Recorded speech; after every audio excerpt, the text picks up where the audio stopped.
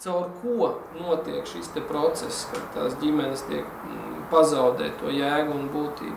Kas ir ģimenes kodols parasti? Jo, ja kodols tur ģimene, tad ģimene turās. Ja kodols netur ģimene, ģimene neturās. Es jau laikam pateicu priekšātīgas lekcijas, klausījušies noteikti zināt. Tas jau tur ar sievieti. Nu jā, tātad tā ir sieviete. Sieviete šodien jauc ārā ģimenes paši. Pašas saviem spēkiem jauc visas ģimenes laukā. Nu, paši to neapzinot. Jo viņām ir iemācīts, ka viņām ir citas izvēles iespējas šodien dzīvē, nevis ģimene.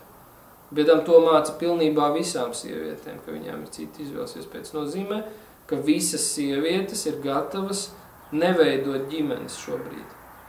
Jebkura sieviete, kas ir izgājusi kaut kādu izglītības iestādi, sākot no bērndārza, vidusskolu, augstskolu, vēl kaut ko, viņa ir gatava izjaukt ģimeni.